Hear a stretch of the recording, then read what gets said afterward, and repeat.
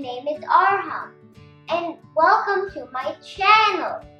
In my channel, I post all educational videos. I understand all parents try to control our TV or YouTube time, and my parents are no different.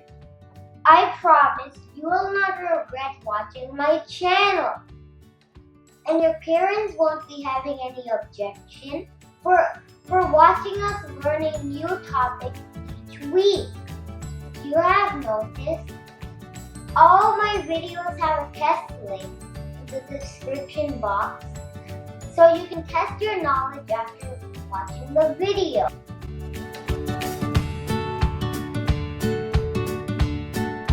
Today I'm going to talk about atoms, elements, and molecules.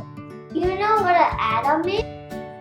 Whether this glass and the water in the glass, all the air you feel, the space, me and you, is made of atoms. It's just you cannot see them with your eyes. To see an atom, you need a special microscope. Imagine you have an apple.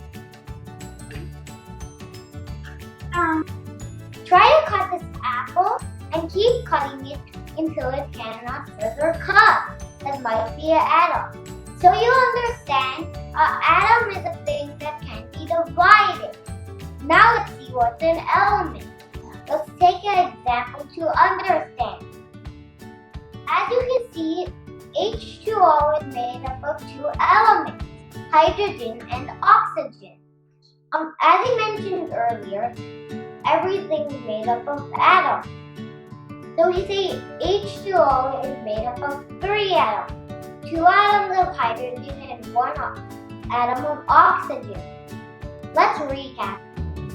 Water means H2O made up of two elements, hydrogen and oxygen, which in turn are made up of three atoms, two atoms of hydrogen and one atom of oxygen.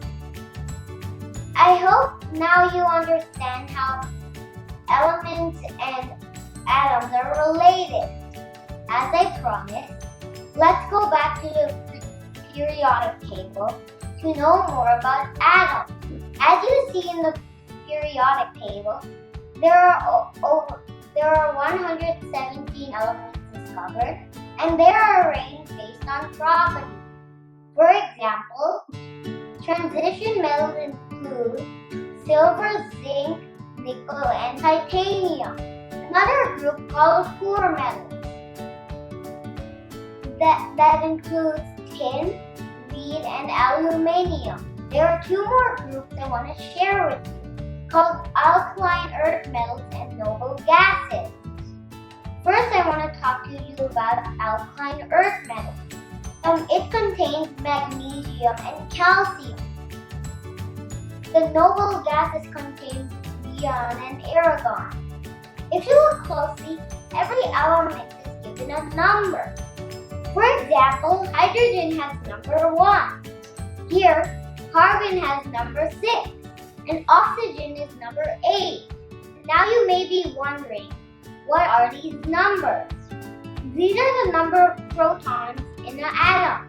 So an atom of hydrogen has 1 proton, and an atom of carbon has 6 protons, and an atom of oxygen has 8 protons. That's how atoms from each element are different from each other. Now you must be wondering what the proton is. To know this, let's look at the structure of an atom closely. Atoms consist of protons, electrons, and neutrons. Protons are positively charged ions. Neutrons are neutral charged ions. And electrons are negatively charged ions. An atom in hydrogen has 1 proton, 1 electron, and 1 neutron. Another example is carbon. An atom in carbon has 6 protons, 6 neutrons, and 6 electrons. But in some cases, neutrons could be different in number than protons and electrons. For example, hydrogen 1 has 1 proton and 1 electron, but no neutrons. Hydrogen 2 has 1 proton and 1 electron and 1 neutron. Hydrogen 3 has 1 proton and 1 electron and 2 neutrons. They are called isotopes of hydrogen. I hope this gives you an idea what atoms and elements are and how atoms look like. Now let's look at what molecules are.